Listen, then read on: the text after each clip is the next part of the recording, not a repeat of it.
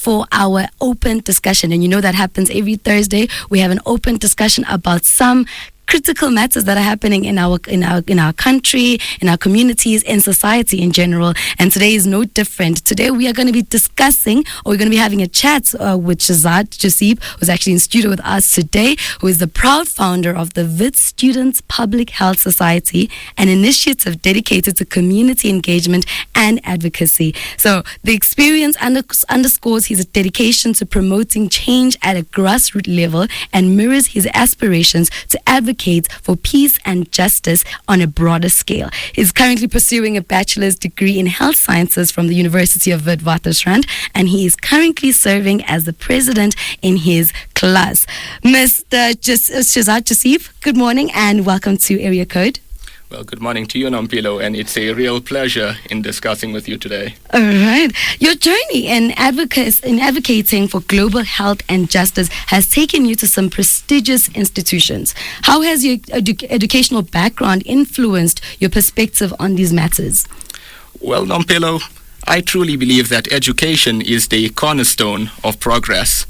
As shown by the great minds throughout history, they have shown us the power of knowledge, and it has instilled in me an unwavering commitment to understanding the intricacies of global health issues and the pathways to justice, and I do firmly believe it is the key to unlocking innovative solutions.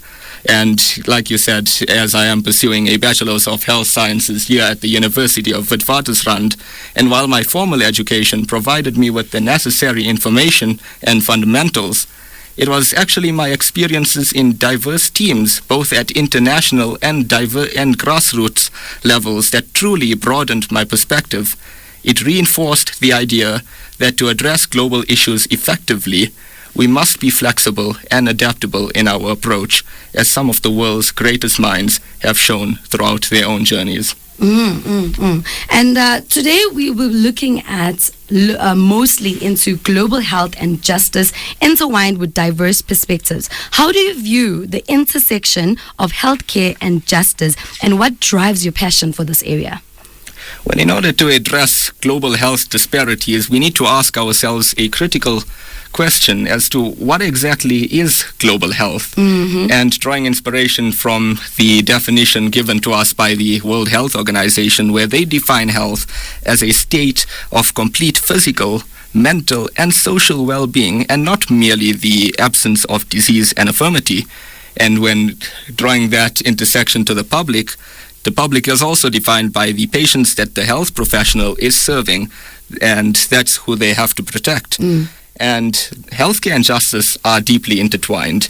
Access to quality healthcare by our Constitution, Section 27A of our national Constitution particularly, basically states that we have a fundamental right to quality healthcare, and a just society ensures this access. This is where my passion ignites. I've seen firsthand the disparities that exist in healthcare around the world, and it's a driving force to promote equity and justice in this realm. I draw inspiration particularly to our recent pandemic, and with just less than 3 months after its discovery, more than 4,000 deaths had been confirmed by that time, while over thousands more were struggling with this disease.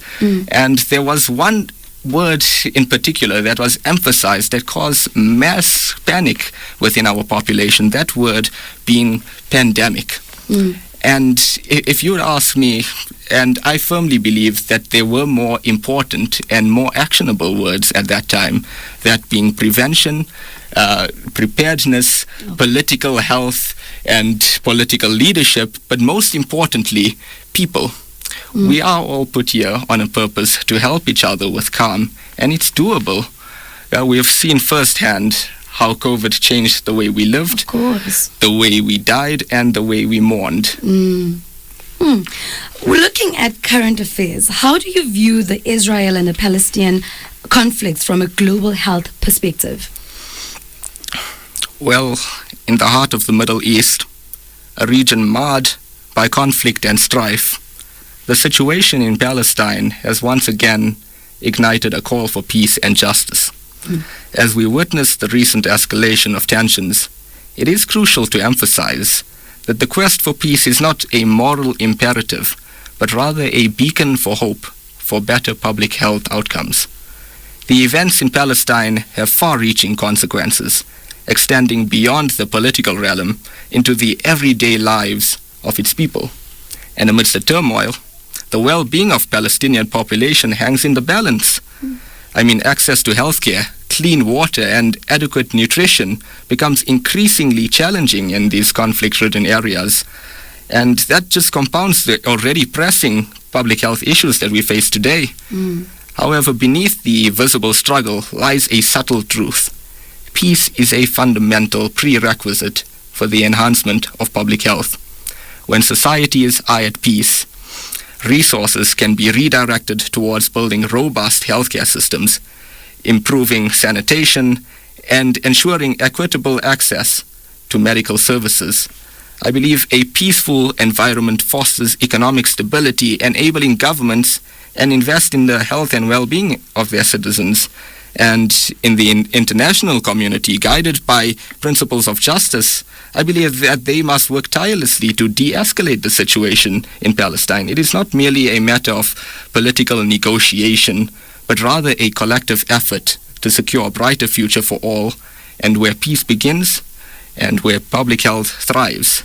Finally, our call for peace and justice in Palestine, I believe, is not just a humanitarian plea. It is a vision for a healthier world. It is a recognition, rather, that in pursuing peace, we also work towards ensuring the well-being and prosperity of nations and individuals. Together, let's weave the threads of peace and justice into the fabric of global public health, and let's create a more secure and equitable future for all. In a world where challenges can seem insubstantiable, how do you see the role of grassroots movements and community engagements in relation to this activism, youth activism? Well, I believe empowering individuals, especially at grassroots levels, I believe that activism is essential, and we can take inspiration from social reformers throughout history. Innovative ideas, I could say, include creating platforms that allow people to easily connect and initiate change at even a local level. These platforms can offer toolkits, resources, and support, and that would make it accessible for anyone to contribute. Additionally, I would say that using social media as well as a force for good can amplify grassroots movements. By connecting local actions on a global scale, we can build momentum for change. And moreover, there's value in education and awareness campaigns that inspire individuals to take action. And that resonates deeply with the wisdom of Mahatma Gandhi, who emphasized that you must be the change you want to see in the world. My experiences personally reinforce the importance of actions over the words. The innovative idea that emerged from this is the concept I would like to define as global health citizen diplomacy. Much like the great minds who promoted peaceful cooperation among nations, we can foster relationships not just at the government level, but at the grassroots. For instance, initiatives that encourage young leaders from different countries to work together on health projects can lead to innovative solutions. And I believe that through these cultural exchanges, citizen diplomacy, and fostering genuine understanding, we can address global health issues and therefore promote justice. Interesting. How can one be part of such initiatives? How can one be part of making a change in our communities and being an active youth member? The future of global health, I believe, and justice is bright, but relies on collective effort. And I agree with you. And innovative ideas encompass reimagining international policies, introducing incentives for corporations to invest in healthcare justice, and fostering a culture of responsible citizenship.